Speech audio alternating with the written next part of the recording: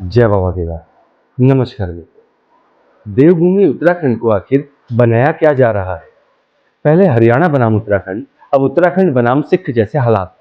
सवाल यह है कि आखिर ऐसी परिस्थितियां बार बार क्यों बन रही हैं?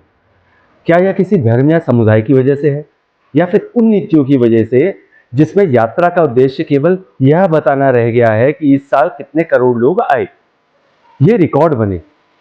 संख्या बढ़ रही है, लेकिन व्यवस्था, सुरक्षा, अनुशासन उस अनुपात से नहीं बढ़ रहा है। आज सबसे बड़ा सवाल कानून के समान पालन का है। यदि कोई भी व्यक्ति, चाहे वो किसी भी धर्म, संप्रदाय या संगठन से जुड़ा हो, सार्वजनिक स्थानों पर बड़े धारदार या आधुनिक हथियार लेकर चलता है, तो प्रशासन का दायित्व है कि कानून के अनुसार कार्रवाई करे।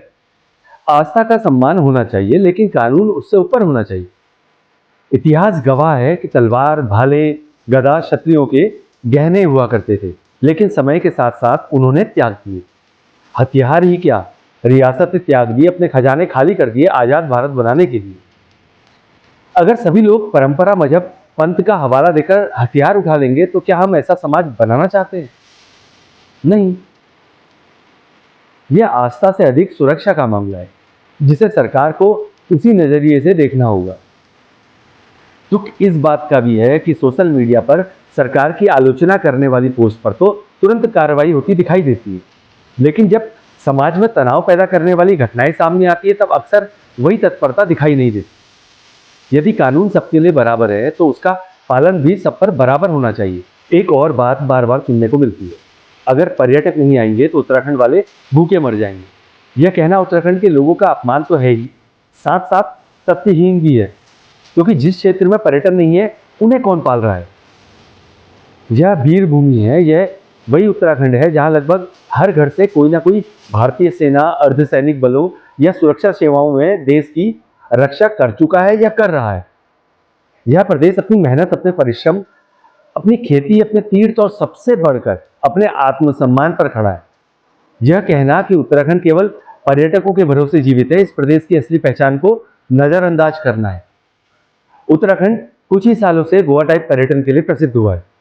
उससे पहले यह तीर्थ के लिए जाना जाता था, जिसमें भीड़ नहीं, केवल श्रद्धालु आते थे। और आज भी उत्तराखंड आने वाला हर व्यक्ति पर्यटक नहीं है। लाखों लोग यहाँ मौज मस्ती के लिए नहीं, बल्कि श्रद्धा, तप, साधना, ईश्वर के दर्शन और आत्मिक शांति के लिए आ रहे हैं।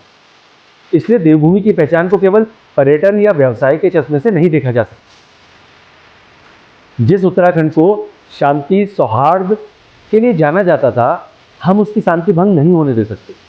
उत्तराखंड को भीड़ नहीं चाहिए, व्यवस्था चाहिए, रिकॉर्ड नहीं चाहिए, मर्यादा चाहिए, राजस्व चाहिए, लेकिन उसके साथ सुरक्षा और अनुशासन भी चाहिए। और सबसे बढ़कर ऐसी नीति चाहिए जो देवभूमि की गरिमा, स्थानीय लोगों के सम्मान और कानून के पालन को सर्वोच्च प्राथमिकता दे। देवभूमि की पहचान भी बचनी चाहिए, वीर भूमि का स्वाभिमान भी। जय देवभूमि, जय वीरभूमि।